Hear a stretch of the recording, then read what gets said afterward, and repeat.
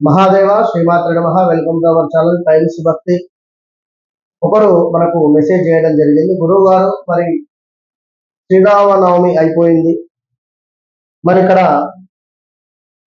వివాహాలు జరిగేటువంటి సందర్భాలు, కొన్ని ఎంగేజ్మెంట్ దాకా వచ్చి ఆగిపోతున్నాయి, కొన్ని వివాహాలు కొంత గందరగోళంగా జరుగుతున్నాయి, కొంత గొడవలలో కూడా జరుగుతున్నాయి. మరి ఇలా వివాహాలు, ఎంగేజ్మెంట్లు, కొంత గొడవలు జరగకుండా ఉండాలి అంటే అంటే ప్రశ్న ఏమిటి అంటే, పెళ్లింట్లో పొరపాటున కూడా ఈ వస్తువులు, ఏ వస్తువులు ఉంచకూడదు, ఎలాంటి వస్తువులు ఉంచకూడదు, ఉంచడం వల్ల పెళ్లింట కలహాలు, వాదనలు పెరుగుతాయట గురువు గారు అని అడగడం జరిగింది.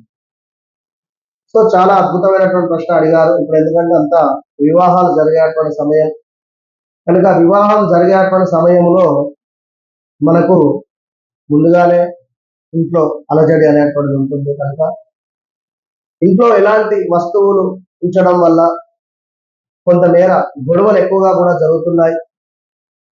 అదేవిధంగా అమంగళకరమైనటువంటి మాటలు, తరచూ నెగిటివ్ మాట్లాడేటువంటి మనుషులు, ఇంట్లో ఎండిపోయినటువంటి మామిడి తోరణాలు, అదేవిధంగా ఇంట్లో బూజుగా ఉండడము, ఇంట్లో పూజా మందిరంలో ఎప్పుడో పెట్టినటువంటి పుష్పాలు ఎండిపోయి వాడిపోయి వాటిని కనీసము తీయకుండా ఆ విధంగానే విడిచిపెట్టేటువంటి సందర్భాలు, అదేవిధంగా ఇంట్లో తరచూ కూడా వాదనలు, గొడవలు, ఇలాంటి సందర్భాలు, అదేవిధంగా ముఖ్యంగా మనకు ఎండిపోయినటువంటి పువ్వులు, మామిడి తోరణాలు, ఇవి అంతా కూడా ఇంట్లో ఇబ్బందికరమైనటువంటి సిచ్యువేషన్స్ ను తీసుకొని వస్తాయి. దీంతో పాటుగా మరీ ముఖ్యంగా అద్దము ఏ దిశలో ఉండకూడదు అనేది వీడియో చివరిలో చెప్తాను.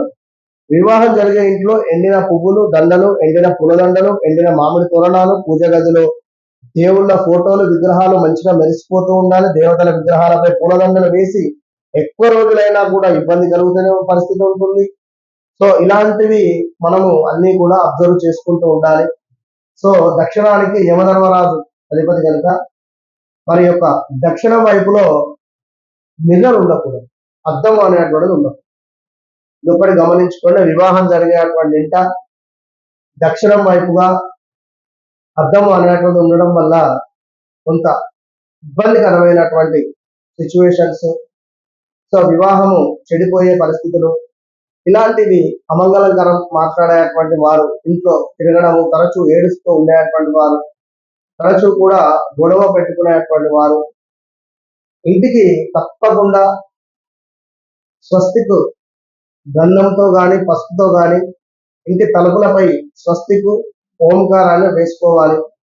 ఖచ్చితంగా కూడా కడపను ప్రతిరోజు శుభ్రపరచుకోవాలి. ఇంటి ముందు ఖచ్చితంగా కూడా వరి పిండితో ముగ్గు వేసుకోవాలి. చక్కగా బంతి తోరణాలు, మామిడి ఆకులు, కుదిరితే రంగురంగుల ముగ్గులను కూడా వేసుకోవడం వల్ల లక్ష్మీదేవి మన ఇంటికి వచ్చి ఎలాంటి ఇబ్బందికరమైనటువంటి సంఘటనలు జరగకుండా మన వివాహము అద్భుతంగా కూడా జరిగి ముందుకు వెళ్ళేటువంటి దీవెన అమ్మవారు ఇస్తుంది. కనుక ఇప్పుడు వివాహాలు జరిగేటువంటి సమయం కనుక తప్పకుండా ఒక్కసారి అందరూ కూడా చూసుకోండి. మీ యొక్క కులదేవత ఎవరు, కులదైవానికి తప్పకుండా పూజించుకునేటువంటి ప్రయత్నం చేయండి. కులదేవత యొక్క అనుగ్రహాన్ని పొందేటువంటి ప్రయత్నం చేయండి. అదేవిధంగా దగ్గరలో క్షేత్రాలు ఏమున్నా కూడా మొదటి పత్రిక తీసుకొని దగ్గరలో ఉండేటువంటి క్షేత్రాలకు వెళ్ళి అక్కడ స్వామివారికి సమర్పించేటువంటి ప్రయత్నం చేయండి. ఇంట్లో ఎప్పుడు కూడా పాజిటివ్ వైబ్రేషన్ ఉండాలి అంటే ఉదయం సాయంత్రం ధూపం వేసేటువంటి ప్రయత్నం చేయండి. జాతకంలో ఉండేటువంటి దోషాలు కూడా తొలగిపోతాయి. శుక్రవారం రాహుకాలం సమయంలో ఇంట్లో దీపారాధన చేయండి. దుర్గా అమ్మవారి యొక్క ఫోటో ముందు మంచి ఫలితం ఉంటుంది. ప్రతిరోజు కూడా ఇంట్లో అదేవిధంగా వివాహం జరిపించేటువంటి స్థలంలో అయినా కూడా నేతితో దీపారాధన చేయడం వల్ల, ఆవ నూనెతో దీపారాధన చేయడం వల్ల చాలా అంటే చాలా అద్భుతమైనటువంటి సానుకూలమైనటువంటి ఫలితాలు మనకు వస్తాయి. కనుక అందరూ కూడా ఈ విషయాన్ని గమనించుకోండి. All the best.